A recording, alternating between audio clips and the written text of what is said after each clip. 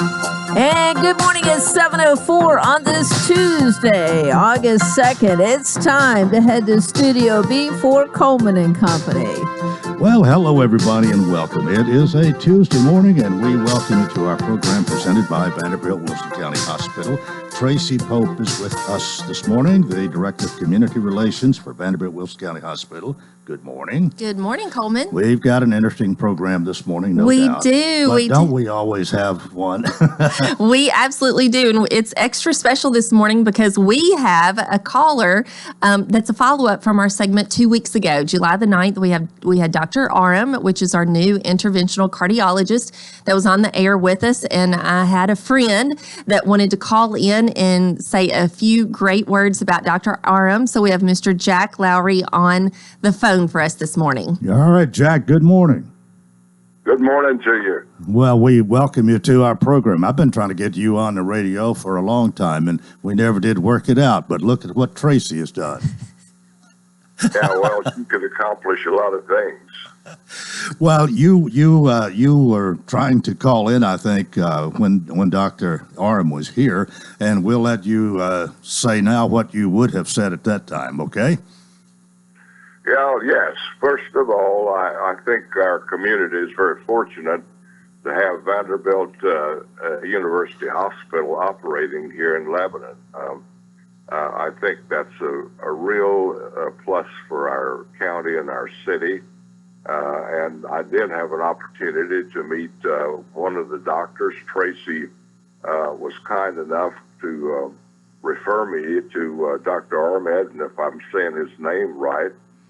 And I had a problem with an artery in my left arm, and she referred me to him, and I had a very good experience in the treatment that was afforded to me at the Vanderbilt Hospital here in Lebanon, and I was very impressed with it because and going through the procedure. The doctor took the time to come in prior to the procedure and sit down and talk with me and actually drew a diagram on a sheet of paper to show me what he was going to do. And as it progressed, we actually was joined by another doctor whose name I don't know at this point. But just in a short say, it was if you can have a good experience doing a medical procedure, this turned out to be a very pleasant experience for me. First of all, it was right here in our hometown. And secondly, I was very impressed by the treatment that I got and the attention that I got from the doctor and the nurses who was just outstanding. I know one of the nurses, whose name was Christy Powell, stayed with me from the beginning of the procedure, and actually after the procedure was right there, and along with some other nurses. But the service was very impressive. It was very impressive, and I was very much carried away with it, and again glad that I didn't have to drive to Nashville to have this service performed. Tracy? Thank you so much, Mr. Lowry. You know, we love to hear wonderful stories about the services that Vanderbilt has brought to Wilson County. And Christy, she's an amazing nurse over in our cath lab and our cardiovascular services. So we really appreciate you being an ambassador for the hospital and just sharing your great experience with everyone. Jack, thank you so much. Yeah, you're welcome, and I appreciate you giving me the opportunity just to speak about this. Thank you. All right. Okay, we continue. Tracy, you have brought another special guest this morning, as you do on Tuesday. Yes, so we have Dr. Elena Liu. She's with the Vanderbilt Eye Institute here in Lebanon, and she's here to talk to us this morning all about our eyes. And we welcome you, Dr. Elena Liu. Thank you. Thank you for having me. And would like to get started by asking you to tell us a little bit about yourself and how you got to be here with the Lebanon practice. Yeah, so I actually grew up north in Michigan and did all of my undergraduate and medical school up there. But then I moved here to Tennessee in 2017 to pursue my ophthalmology training with the Vanderbilt Medical Center. During that time, I met my fiance here, who was born and raised in Tennessee.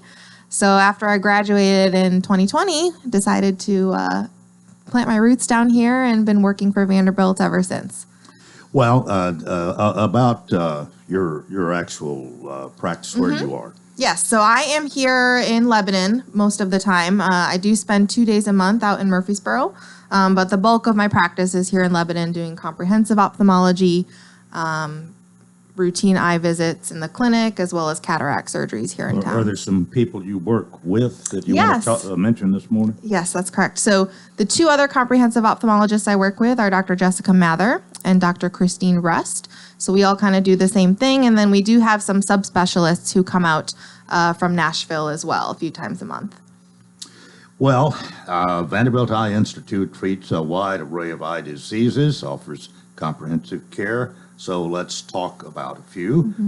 Primary eye care and vision screenings. Yes, so that is very all-encompassing. You know, we will see routine eye health exams, screening for multiple conditions, whether that's diabetic eye screenings, glaucoma screenings, cataract evaluations.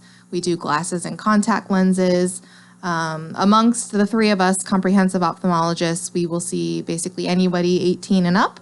But we do also have pediatric optometrists and a pediatric ophthalmologist who come out to Lebanon as well. Do the three of you all do this? I mean, you all do the same thing? That's correct. I mean, you actually do cataract surgery yourself. Correct. The other two do as well. As well. And the other things that you mentioned. Exactly. Yeah. Well, speaking of cataract surgery, Dr. Mather took care of me. I guess it was 2 years ago now. I don't know how long ago it's been. The years fly by. But Well, that's I okay. can see now, and I couldn't see too well Yes, when we got yes. started. Yes.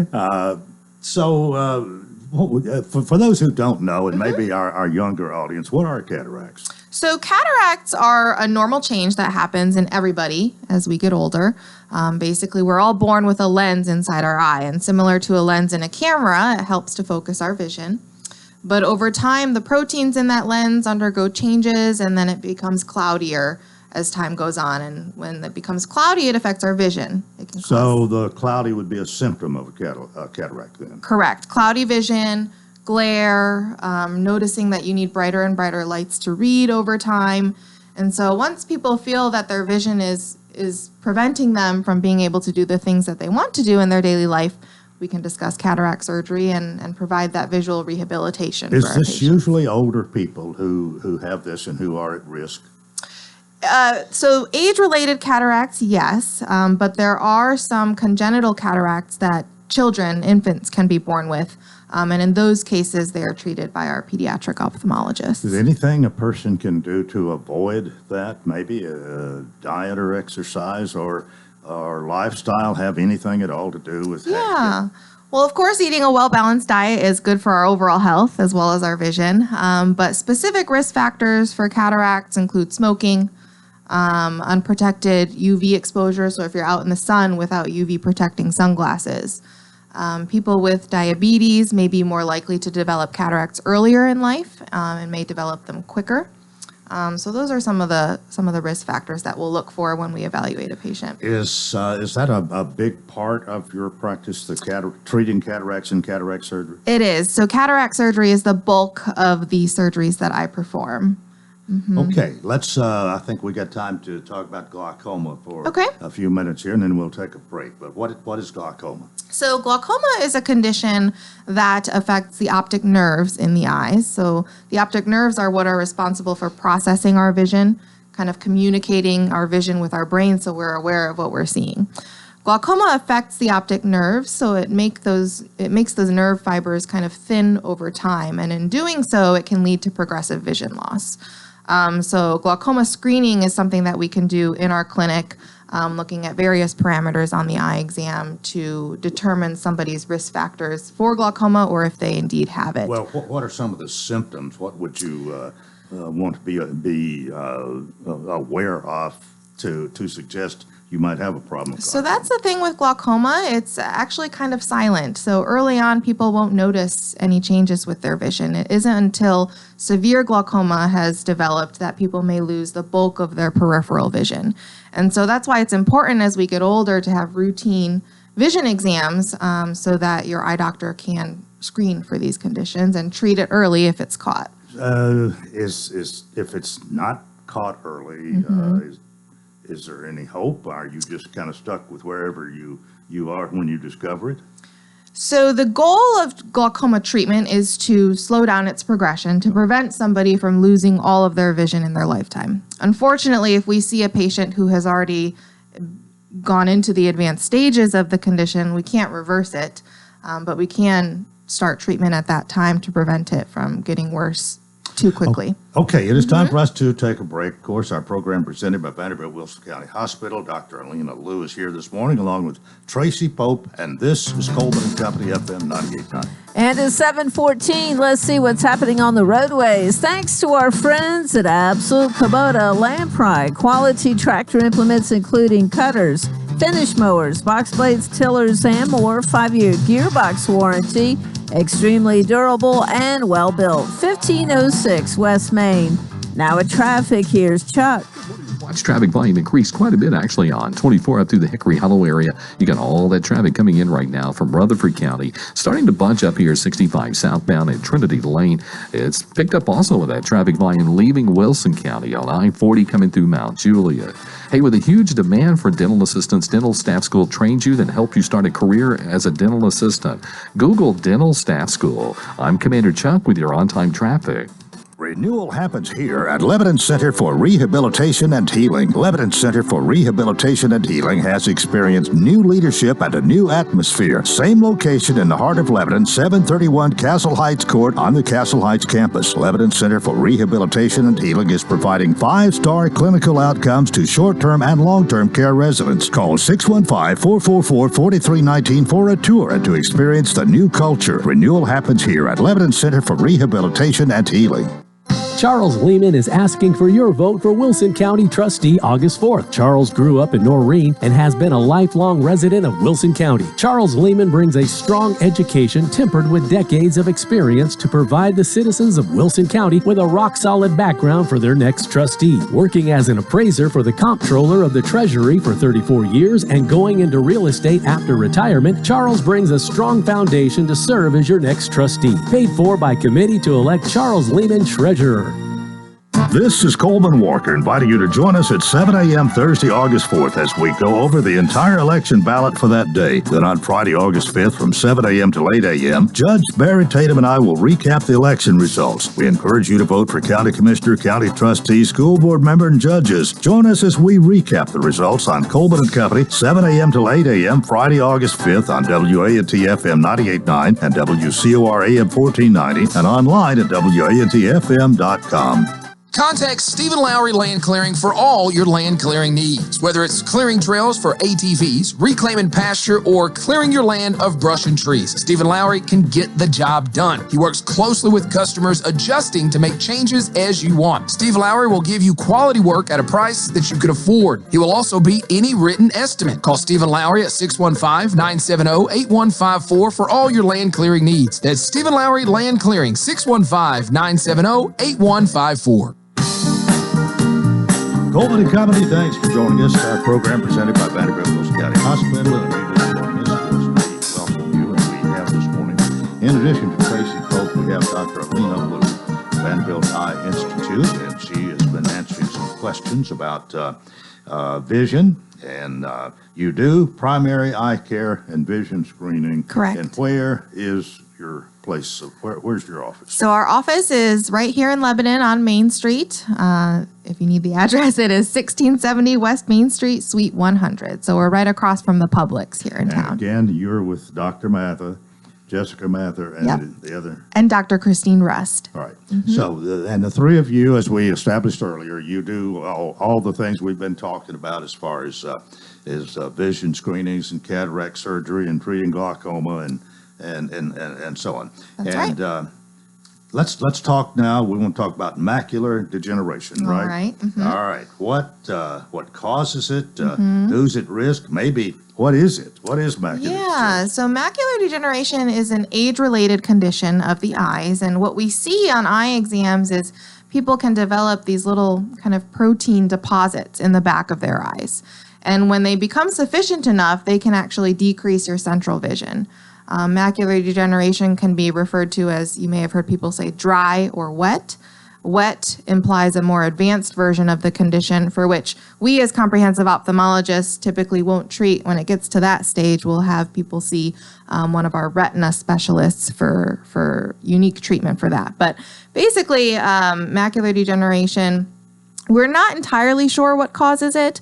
We know it is age-related, so people who are at risk are usually above the age of 60.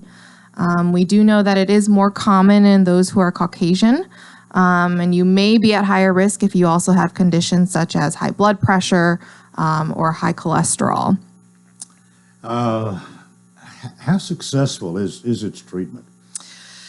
So when someone enters into kind of the intermediate stages of macular degeneration, and we quantify that based on how many of these deposits we see in the back of the eyes, we can start people on a vitamin, which you may have seen over the counter. It's called the Preservision A-Reds vitamin. And this vitamin was studied specifically for macular degeneration. It's a combination of different vitamins and minerals that has been shown to help prevent that progression to the wet form that I was talking about in about 25% of people. Now, in people who develop the wet form, that's when those retina specialists, they will actually inject medicine into the eyes to help improve the vision over time. And that it varies patient to patient in terms of degree of improvement. And again, you're not exactly sure of what causes it. We're not entirely sure, but we do know of certain risk factors, which I mentioned. Biggest one, of course, being age. Yeah. Well, there's we only have one alternative. Otherwise, that's to die young, and we don't want to do that. That's so correct. Some people can just expect that, I guess.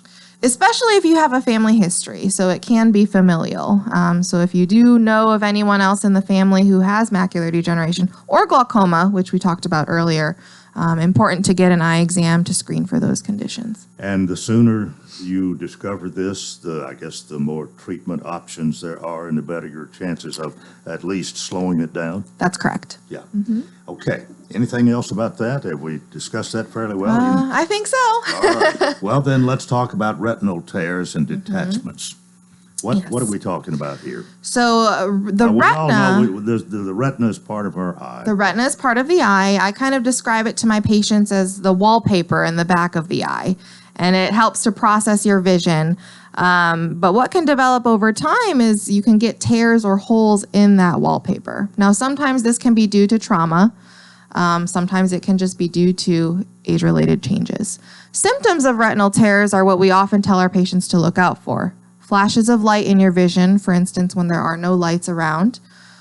New floaters in your vision that can take the shape of little specks of black pepper, or sometimes people come in and describe them as looking like insects or spiders. Or if you notice any sensation of a curtain or a veil being drawn over your vision, that could be a symptom of a retinal detachment, meaning the wallpaper is being peeled off, Okay, which can these impact your specks vision. are floaters. That would not necessarily indicate that, would it? It Not necessarily, no. could be, but might not be. Correct. And so we always tell our patients, if you ever experience symptoms like this, come in for an eye exam so that we can check for any retinal tear or retinal hole. But you're correct. Not every patient who has these symptoms indeed has a tear. Well, Yeah. I've had a few floaters, but I don't Yeah. think I have a retinal tear, Well, and I good. sure hope not. But how successful is the procedures that you do when this is diagnosed and you treat it? Right. So when we see a retinal tear, it's important to treat that fairly urgently within about a day or so. And what we'll do is have those patients see, again, our retina specialists, where they will put laser down around that tear. And you can kind of think of that as putting staples down around a tear in wallpaper so that the tear doesn't spread and turn into a retinal detachment. And so that's quite successful if treated early enough. I don't want to come out from left field or whatever here, but when I think about what you do, Yeah. how delicate the eye is. I mean, we get a little speck in our eye or something, and it hurts sometimes, and you want to get that out. I mean, you don't want to get an eye injury at all. I mean, our eyes' sight is so special, and I think all of us, if we think about it, we certainly have a sympathy for people who are blind, who cannot see. But now here you're dealing with people's eyesight. You've got to know what you're doing. Does that?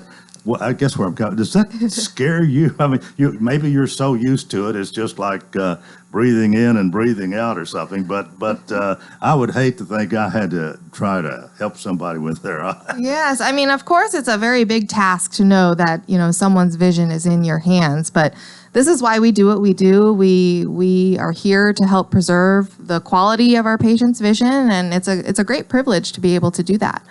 So. Well, what is diabetic retinopathy? Yes, Did I pronounce that right? You did. Yes, good job. So we all know kind of what diabetes is when the blood sugars are uncontrolled. So in individuals who have diabetes, they are at risk for developing problems in the blood vessels all over the body, including those in the eyes. And so that's when diabetic retinopathy comes into play. With a prolonged period of high blood sugars or even fluctuating blood sugars over time, it can do damage to those tiny, fine little blood vessels in the eyes. And as that happens over time, those blood vessels can leak, they can bleed, it can lead to even formation of abnormal blood vessels that can grow within the eyes and cause other problems and bleeding, which all can lead to vision loss. And so diabetic eye screening is a big part of what we do every day. We advise all people with diabetes to have a yearly eye exam to screen for this condition. So diabetic retinopathy would be diagnosed probably through an exam? Through an eye exam, that's correct. Yes. But and as far as symptoms of it, how would anybody have an idea they might have that problem without it being just diagnosed through the exam? So in certain individuals who have abnormalities in those blood vessels, like I said, they can leak, they can bleed. And so when that happens, it can cause blurry vision. Of course, blurry vision can be caused by a multitude of things. And so when people have these symptoms, again, important to go in, see your eye doctor so we can determine what exactly is going on. All right, here's another one here. Conjunctivitis. Conjunctivitis. What is conjunctivitis? Conjunctivitis is actually a very general term. All it means is kind of inflammation or irritation of the white part of our eyes. So you may have heard people refer to it as pink eye, which is one form of conjunctivitis that's infectious, typically can go around daycares or preschools. And that's typically caused by a virus, just like we could get a cold from a virus. So it causes inflammation of the white part of the eye, makes it turn red. It can produce more mucus, be very itchy, irritative. Depending on the cause of the conjunctivitis, we treat that differently. So similar to a cold that someone would come home from school with, typically we would just treat that symptomatically, Tylenol for fevers, make sure they stay hydrated.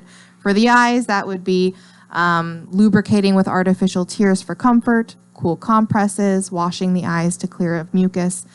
Other cases of conjunctivitis that may be due to things such as bacteria, we will actually treat with antibiotics. But again, that would require an eye exam and determining the cause of that conjunctivitis. Okay. What is low vision?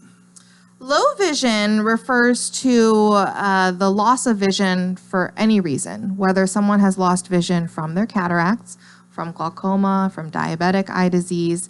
There are certain definitions for degrees of low vision, which I'm not as familiar with, but we do have a low vision specialist at Vanderbilt.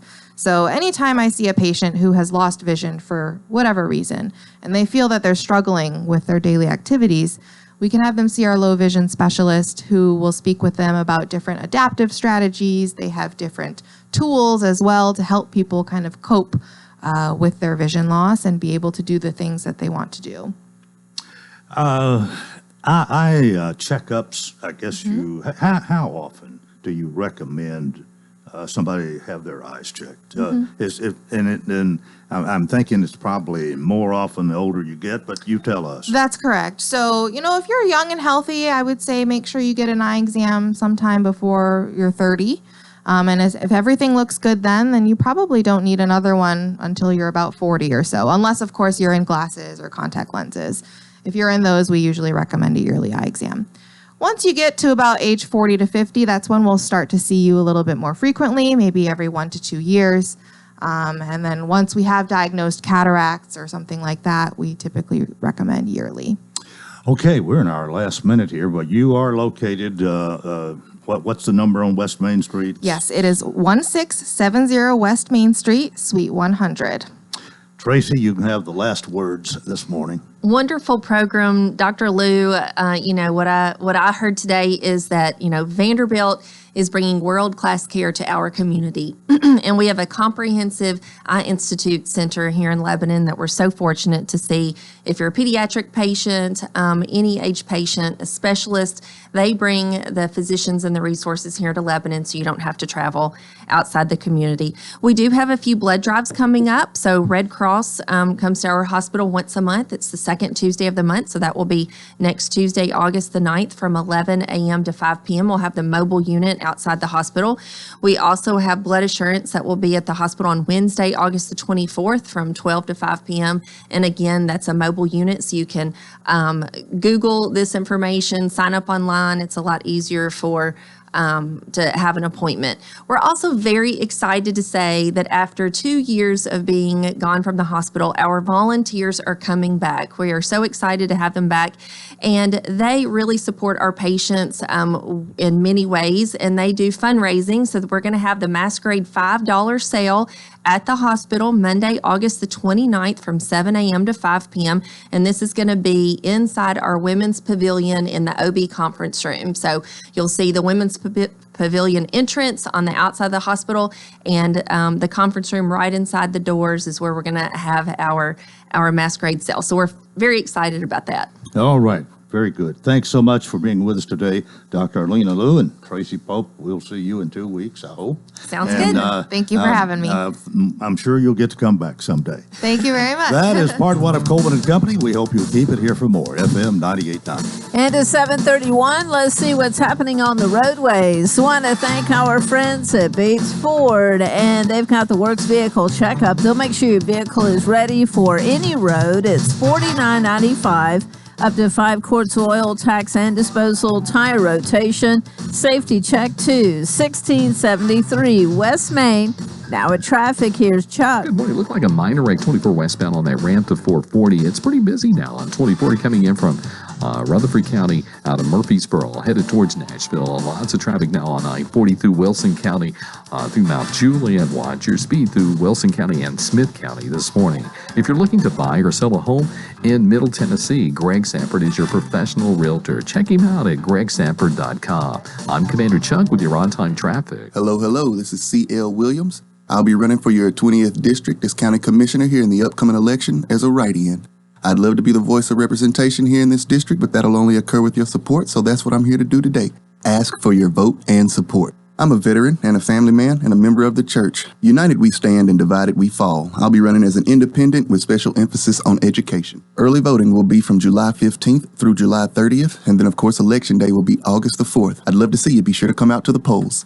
Charles Lehman is asking for your vote for Wilson County Trustee August 4th. Charles grew up in Noreen and has been a lifelong resident of Wilson County. Charles Lehman brings a strong education tempered with decades of experience to provide the citizens of Wilson County with a rock-solid background for their next trustee. Working as an appraiser for the comptroller of the Treasury for 34 years and going into real estate after retirement, Charles brings a strong foundation to serve as your next trustee. Paid for by committee to elect Charles Lehman Treasurer.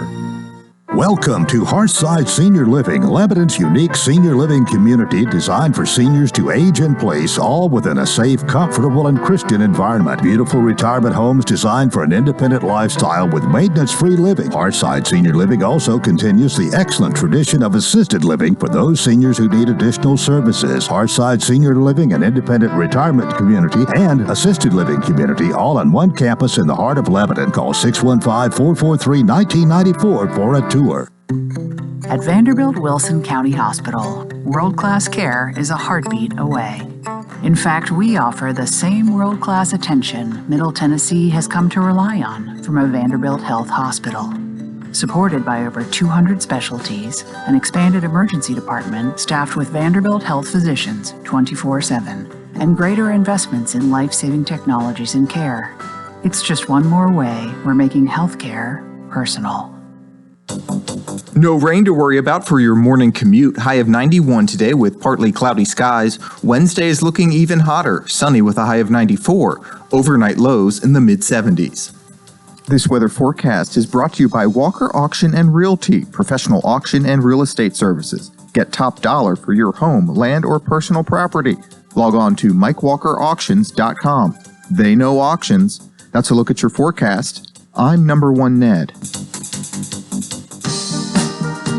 Coleman and Company, welcome to part two. You're on a Tuesday morning. Sean Dozier joining us to talk about Hearthside Senior Living. Good morning. Good morning, Coleman. Good to see you again. Hope things are going well. Good to see you. The traffic is up a little bit, with school back in session. So I'm sure folks are joining us that maybe haven't tuned in a while. And I wanted to mention our, I like to mention our Hearthside Summer Special going on. If you move in before the end of August, you get half off your first month's rent. And people have really been taking advantage of that. We've got 5. That's a substantial discount. It is. And we've had several people take advantage of that over the summer, and I appreciate that. It gives people a chance to see if they like it and see how they're gonna do. And I tell people all the time, they think it's gonna take weeks and months to sort of fit in and sort of get used to it, but within days they're in a routine and they're loving it, and it just seemed to fit right in. Well, we mention your phone number quite often. You just assume people just come see you, but if you need to call Sean, 615-443-1994, and even talk about that August special. That's right. We like people to, obviously, if they want to call ahead for an appointment, but if you just want to show up, particularly during the office hours, 8 to 5, we'd be glad to give you a tour, or really anytime. Just all of our staff is trained on tours and making sure that they can tell you what you need to know. And that special includes, it's all encompassed. It's all encompassed pricing, and we offer housekeeping, laundry. We even provide essentials like toilet paper and paper towels, and we also 3 meals a day and snacks and activities. All that's included in one price. And when people find that out, they're like, okay, that's the price, that's it, and that's it. And so people are really drawn to that, and we're going to stick with that. Well, it's sort of a way of simplifying, keeping it simple. Yeah. I like that. Well, with so much transition going on, when you're moving to a skilled nursing facility, or you're moving to an assisted living, or that transition is hard enough without trying to get everything in your mind just right. And so we just try to make it simple, and we provide good customer service. And I think not only do our residents appreciate it, but the families, those power of attorneys and those daughters and sons really appreciate that bottom line price. You want to say anything about the retirement community? I always want to say something about the retirement community. We are sold out, completely sold out. We have a long waiting list, and I get calls every day for people to be added to that list. And I'm honest with people. I say, look, if you're looking at the next, couple of years, you're probably out of luck. And I give them more options, in the community.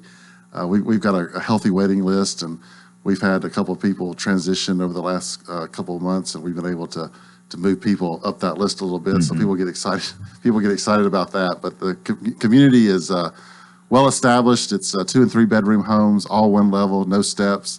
We like to say maintenance-free living down there. You call one number, and Shane, our maintenance guy, takes care of you. And you can leave for a month at a time and go to Florida, and when you come back, it's all there waiting on you. And people really, I'll tell you what, people really enjoyed it. I wish I had 30 more out, honestly. Well, I was just going to say, who wouldn't enjoy it? Yeah, it sounds too good to be true, but it really is. And we're proud of that independent living. And it was built. It started being built in 2010, Coleman, and it was a slow start. Right. People didn't understand the concept, and why would I do that? And I tell people, if you're looking for a safe, comfortable, and Christian environment in that season of your life, it really is a great option for you, particularly if you have a farm or a big house. You just don't feel like taking care of it anymore. It's just too much.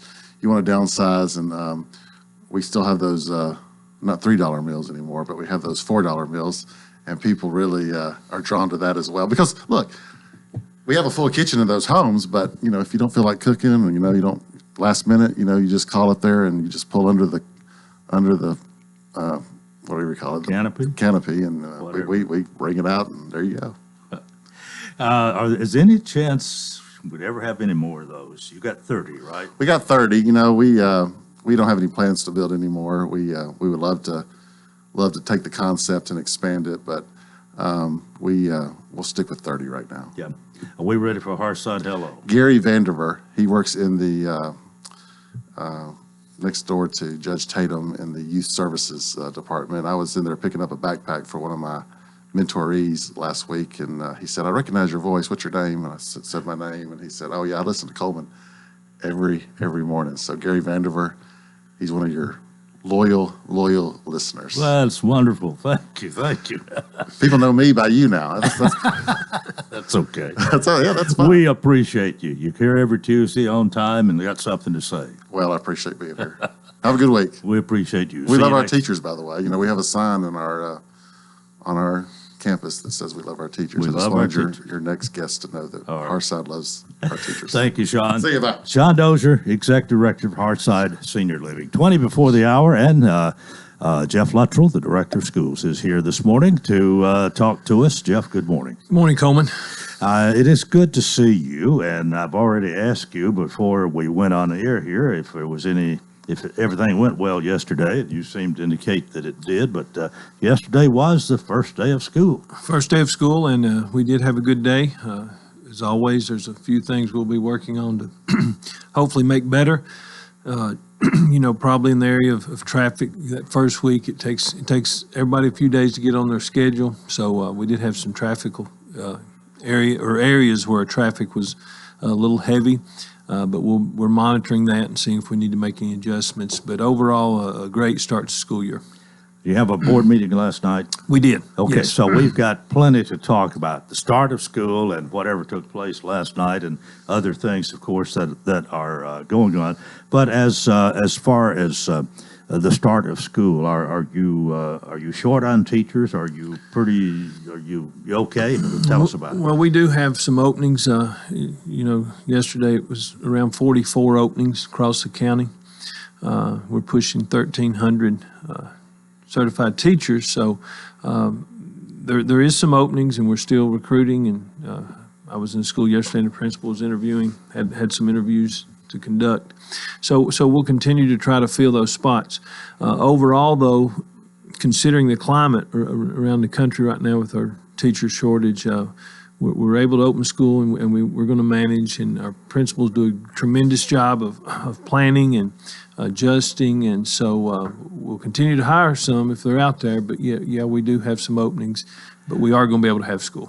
I think a lot of us have been impressed with the movement, if we want to call it that, the recognition that has been given, and these signs that say we love our teachers. And I would think, as director of schools, you especially appreciate that. We really appreciate that, and the backstory on that initiative was months in the making, and I just want to thank the Chamber of Commerce for coming together, and everyone's Wilson, and now our business community and all the stakeholders. You're seeing these signs all over the county, and that's important. What's been the reaction, the scuttlebutt or whatever? I mean, you've surely mingled a little bit with your principals, if not the teachers themselves. What has been the reaction? Has this been a morale builder? Well, we hope so, and it's just a small gesture, and anytime you do things, you're going to get a reaction, and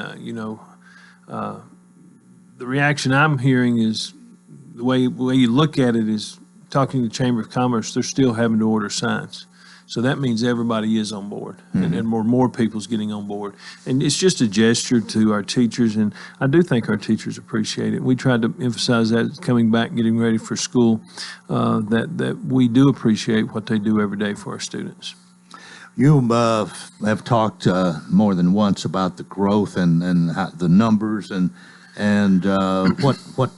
what did it look like yesterday, your attendance?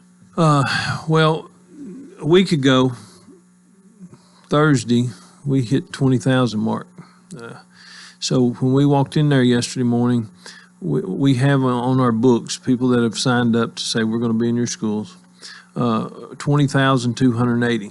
Now, that number is going to fluctuate because as we get into school. There'll be some students that have moved over the summer that we've not got withdrawals on.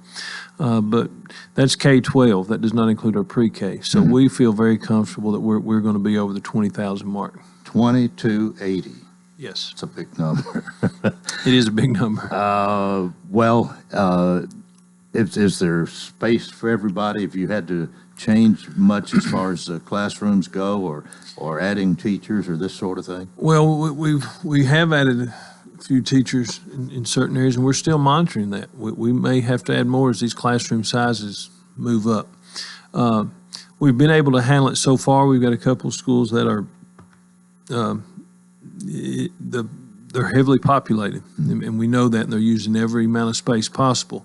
So what we will do, that we'll use this month of August and into September, we will look at each of our schools. What's their capacity? What are they having? What's the current number of students in there, to give us projection of what we need to do in making these adjustments. We did that last year, and we made some adjustments on a zone in a school to relieve some pressure.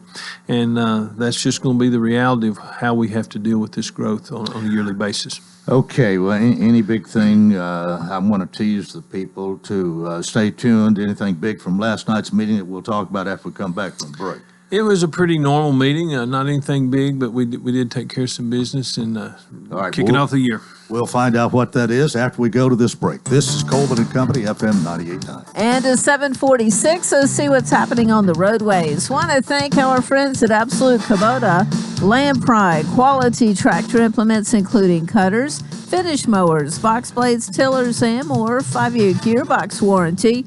Extremely durable and well-built. 1506 West Main. Now at traffic, here's Chuck. Good morning. It's a little bit busy here on 24 westbound up by Bell Road, Hickory Hollow Parkway. You got all that heavy traffic volume coming in right now from Rutherford County on 24 westbound. Traffic still not too bad down 65. It's heavy and slow.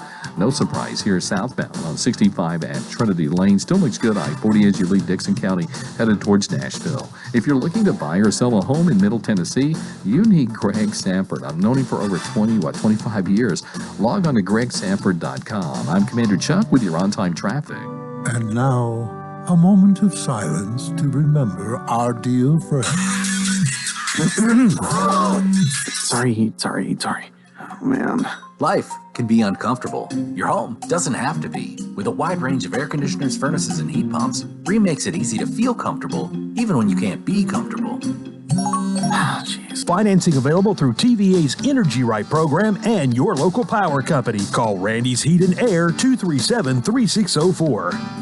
What is your passion? How can you use that passion to enrich your community? Hi, this is Melanie Minter, President and CEO of the Lebanon-Wilson County Chamber of Commerce. Your chamber is the resource for making connections to fulfill your passion. Whether education, nonprofit, agriculture, entertainment, or government relations, Wilson County offers a place for you to be involved. Your chamber connects businesses, individuals, and your passion to the community. We have an enthusiasm for excellence. Join us and catch the spirit. Call or visit our office at 149 Public Square in Lebanon. This is Tim Lee again, and as a paramedic running for District 5, I see firsthand what our problems in our communities are. People dying from fentanyl, mental health not being treated, grocery bills increasing, while food on the table decreases. Record high gas prices, and now we are in a recession. Paramedics specialize in solving problems. I ask for your vote for Timothy Bruce Lee and send a first responder to Congress. My name is Timothy Bruce Lee, and I approve this message. Paid for by Timothy Lee for Congress. Charles Lehman is asking for your vote for Wilson County Trustee August 4th. Charles grew up in Noreen and has been a lifelong resident of Wilson County. Charles Lehman brings a strong education tempered with decades of experience to provide the citizens of Wilson County with a rock-solid background for their next trustee. Working as an appraiser for the comptroller of the Treasury for 34 years and going into real estate after retirement, Charles brings a strong foundation to serve as your next trustee. Paid for by committee to elect Charles Lehman Treasurer.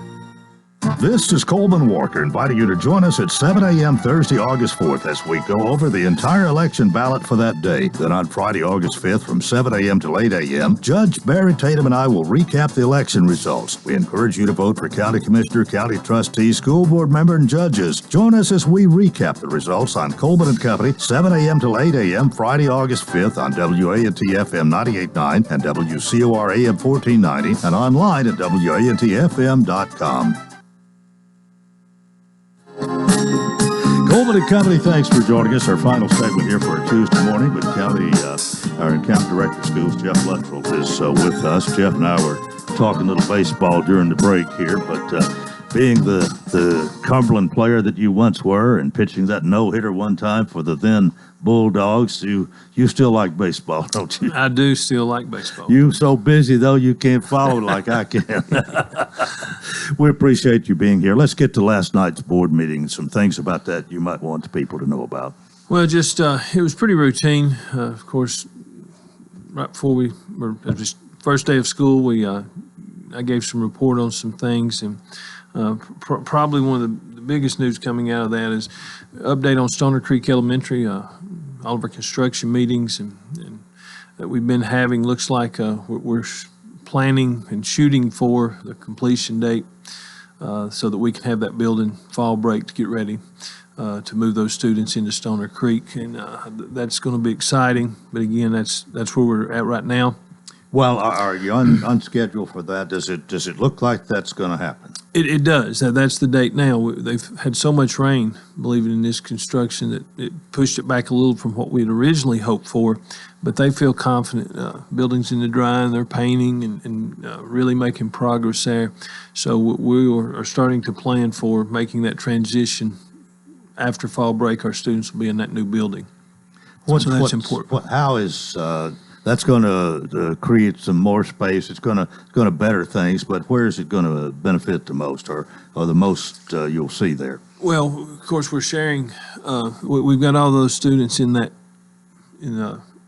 wing of West Wilson that was not damaged, plus those portables, and so that will allow us to get those students in a building. And then we will have to look at, do we need to move some of those portables to some other locations? We're working now determining where we can put them. Everybody thinks you just move a portable. Well, you've got to look at, there's codes on that, and then you've got to look at all the utilities and those kind of issues. So that will help us. And at the same time, we're hoping this month to start breaking ground on the West Wilson project and get it out of the ground. So that's big for everybody, and then we get in on board, that's when we will be able to relieve some of our high schools where we're sharing space in Mount Juliet Middle School. And I know that's a long way down the road, but just to see progress is going to help everybody involved in that situation. What about the new school or schools that we're planning on? I mean, they're still on the drawing board, I guess, but it's pretty much a reality. They're coming, right? Yeah, well, we have to build schools. I mean, we know, and we've got to do that, and continuing securing the land, and then we'll get to the process at some point where we have to go to the county commission and look at funding that. But it will be sooner than later because if these numbers hold, we were up 1,100 last year. We're looking to be already pushing 1,000 this year. And so over a 2-year period, you're looking at an increase of over 2,000 students. You can't keep doing that without adding buildings and staff. And so these are some of the challenges that we have due to the growth, but that's where it's at. And like you said, that's the reality. We're going to have to look at continuing those schools. 2,000 students is a high school. It is, or a couple middle schools. Right, So that's just where we're at, and we're going to continue to work toward that and watch and try to project and try to get ahead of the game just a little bit in this growth. You mentioned you are hiring teachers. What about bus drivers, and how did the buses run yesterday? Well, we had 3 routes down. We had those; they were unexpectedly down. We thought we had them covered. But we run over 400 routes in Wilson County. So we had some people that got up yesterday morning were sick, were not able to come to work. So we did have 3 routes down, but we've worked hard to try to staff that, and that shows you the progress. It got better throughout last year. We're continuing to build a substitute pool of drivers that we can call just like we would substitute teachers. So we feel like we're in better shape, but we know we got to keep monitoring that. Probably our biggest area right now is where we need help is in our food services. We've got 20-some openings in food services we need to fill. And then, believe it or not, our extended school programs. Wilson County does a tremendous job of providing that service to our families, and we've got waiting lists at most of our sites where we need workers because the state tells us the ratio on what we can have with students after school in our after school programs. Well, what kind of pay scale you've got there? I would think it would be at least competitive with others. Well, it's not where it needs to be. And in the past 2 years we've given raises. What I would tell people, if you've got experience that we can give, it can bump you up on that pay scale. But our starting pay is not where it needs to be, and that's something we'll be addressing this year in the budget. Even though we've raised it a little bit the last 2 years, it's still not competitive. It's going to be $9.50 to $10.25 to start, and depending on experience. And that's not competitive, and we know that. But we do need workers, and if anyone's interested, the great thing about that job is it can be flexible in hours. And so if you're interested in that, we would love to talk to you to help in those areas. So it's the more things change, the more they stay the same. You're still looking for bus drivers. You're looking for cafeteria food workers. You're looking for teachers. But as great as living in Wilson County is, and people moving in, I don't know. I mean, how many people that would move here would be interested in something like that, but school, at least you're out 2 months of the year. Well, and what we find, and we're so thankful, many of the people that come to work for us are people that want to give back. They want to be around students. They, it's oftentimes grandparents want to come in and be in their student school working. So we appreciate that, and